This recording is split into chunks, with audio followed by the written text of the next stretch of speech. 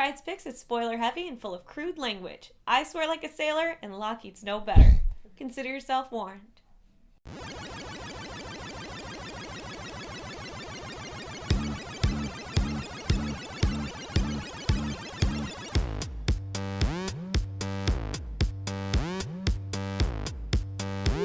Hey everyone, it's May 7th, and I'm here with this week's Pryde's Picks.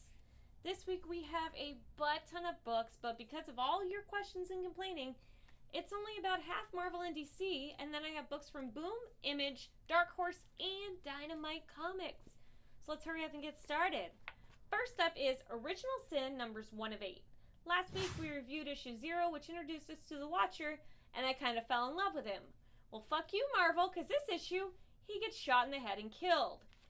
And basically, all your favorites from Marvel, whether it's Thing or Captain America or Nick Fury or Black Widow or Wolverine, they are all getting together and trying to figure out who killed the Watcher. Basically, despite the fact that he never really participated in anything, they all got kind of used to him being around and realized like they felt like he was the knowledge behind anything, and if they ever had to go to him, even though he wouldn't quite say anything, they still felt like he was some sort of resource. And now they're all pissed that he's dead, so they're investigating.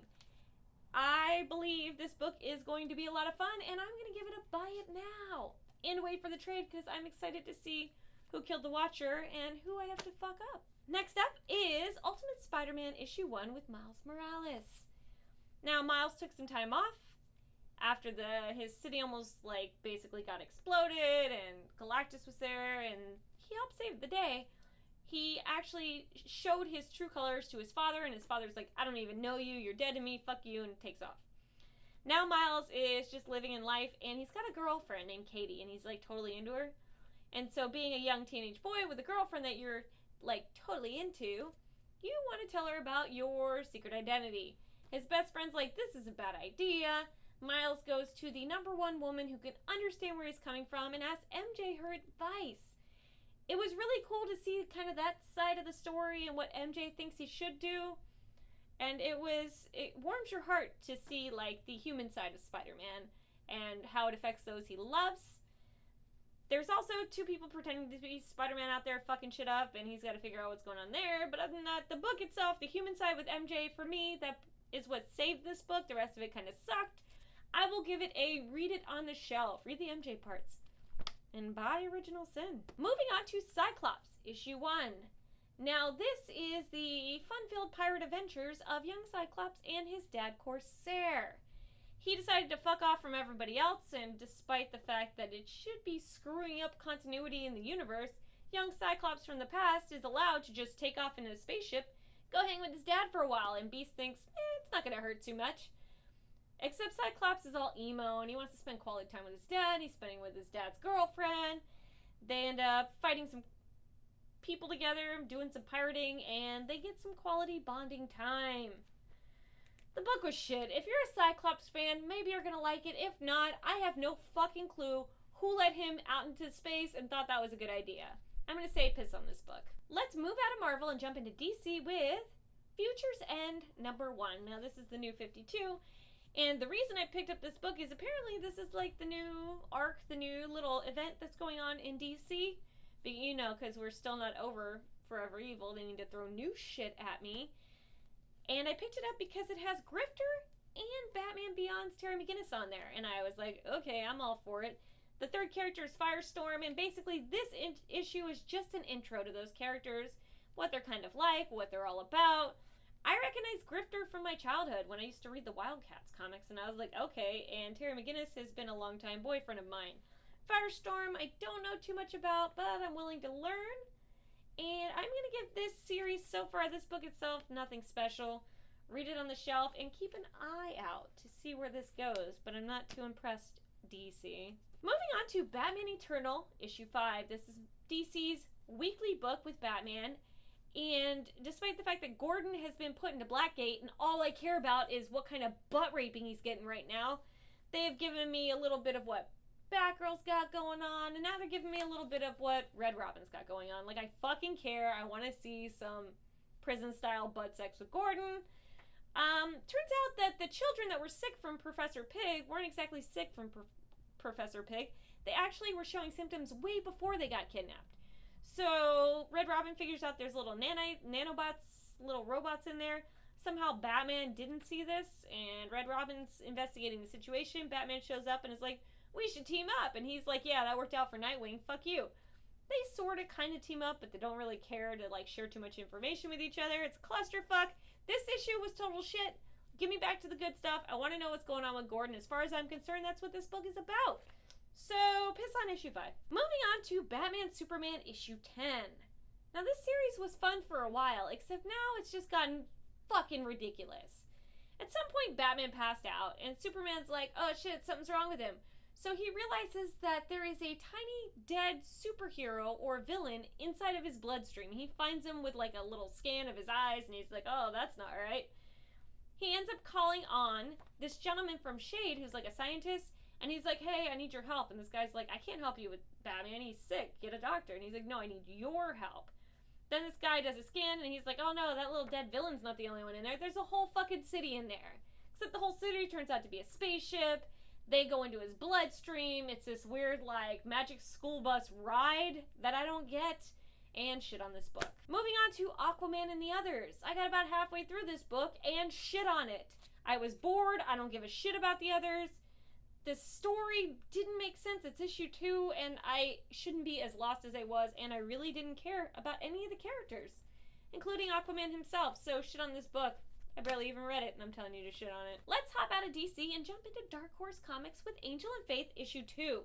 Now this is season 10. They've started a new arc, and while we were away, Angel and Faith resurrected Giles as like a child and then sent him to Buffy.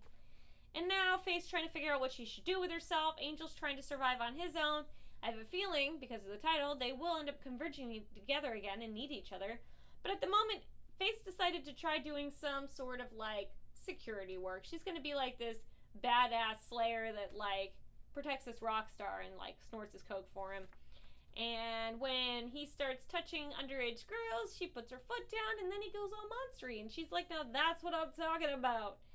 I have a feeling she's going to get fired, and other than that, I mean, there's nothing new about this book, but I am such a sucker for the Whedonverse that I don't care. I'm going to say wait for the trade. Let's move on to Boom Studios with The Woods, issue 1. Now, this book is completely new to all of us. I have no idea what I'm getting into. And basically, there's this school of your normal teenage people, and somehow get sucked out of our universe and into a universe where they're on the moon, and they can see like a Saturn-ish planet, and there's crazy woods all around them, and there's these fucking monsters attacking. And the principal's trying to get control of the school, and everybody's like, fuck you, guy, we're just trying to stay alive. This one girl who's like lead student council president's like, no, I got this, we're gonna go in the gymnasium, and some kid gets eaten. And this one kid's like, I know what we have to do, we have to go deep into the woods. And everybody's like, you're fucking crazy, except little by little, they're starting to kind of come to his sort of thinking, and they're like, maybe we should go into the woods. Sounds like it's going to be crazy. It's a little mix of horror. It's a little mix of like your typical teenage high school angst. And it's something different. I'm going to give it another shot. I like this book. I'm not going to say it's a buy it now, but I suggest you definitely read it on the shelf. And if you like it, buy it and wait for the next few issues. I enjoyed it, and I will be keeping an eye out for The Woods issue 2. Moving on to Rat Queens, we have issue 6 with Image Comics. Now, if you guys have been watching my Pryde's Picks at all, you know I am a sucker for these girls. The Rat Queens are foul-mouthed, Dungeons and Dragons-esque little brats, and they run around fighting evil and saving the city at the same time, kind of fucking it up along the way. This issue has them waking up from a night of drunken debauchery. Everybody wakes up in different beds, everybody doesn't know what the hell's going on, they're trying to make breakfast, there's the walk of shame.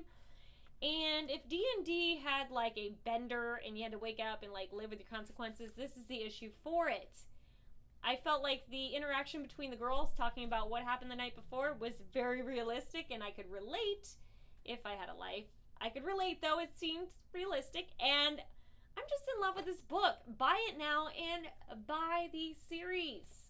Let's move on to Image Comics, Alex and Ada. Now, as you all know, once again, this is another book I've been following for a while. This is issue 6 as well. And I am totally into this series. This guy, Alex, gets a robot for his birthday, and he's like, this is awkward. His grandma uses hers as a sex robot, and he's like, ooh, this is really awkward, and his grandma bought it for him. he decides to basically jailbreak his robot girl, and now he's kind of, this issue, teaching her new things. So she's opening up to a whole new world of sights, smells, sounds, what she likes, what she doesn't like. It's kind of like the episode of Doctor Who when Matt Smith gets into his body the first time, and he's eating a bunch of stuff, and he's like, I like that, ooh, I don't like that. It reminded me of that. It was charming, it was cute, I love Alex and Ada. This issue itself wasn't a buy it now, but the series itself, wait for the trade. You will like Alex and Ada. Let's wrap up this week with Nailbiter, issue 1. Now, as you can see from the very graphic cover that reminds you of every anime you've ever seen, this book doesn't pull its punches at all. And so you're thinking this Nailbiter is chewing his own nails, but when they find him, he's cut the arms off of people, and he's chewing on their nails. Basically, he ends up being this serial killer. It's no spoiler because it's basically what the series is about. He's a serial killer, finds people that bites their nails, and then he kidnaps them, makes their nails grow back, and then he chews their nails off himself. And it's twisted and it's weird, and I'm grossed out and intrigued at the same time. This gentleman, they capture the original Nailbiter. He goes to jail. He gets off, I think, on like a little technicality. And he lives in this city that has had like 6 serial killers come from it. And they realize like this city, there might be something going on in it because all these serial killers keep coming out of it. And our friend, the good Nailbiter, is loose. He lives there, and he's allowed to live there because he got off. And they're going to try to find a way to nail his ass to the wall. It is twisted, it is dark, it makes my stomach turn, and I love it. Give Nailbiter issue 1 a try. Buy it now. I'm going to wrap up this week by saying once again, why the fuck aren't you visiting me on my Tuesday night game nights? And why haven't you gone to welcometotades.com and checked out our Kickstarter?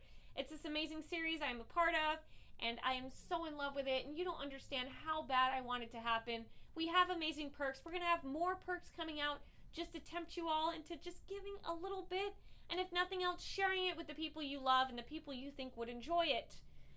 And good night, everyone.